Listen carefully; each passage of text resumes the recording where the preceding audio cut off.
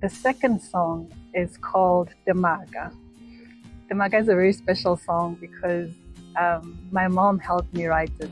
Uh, a lot of people know me as a person who sings Ntshikiwane, and Timhaka is a Xitsonga word that means story.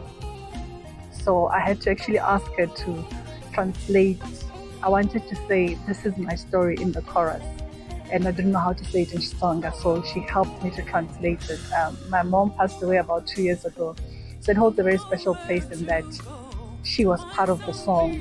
And it's the second one because it comes after honoring the ancestors, the mother side of my family. My father's side is the one that holds the musical gift that I have. And my mother's side, I wanted to honor them by including Xitsonga in the album.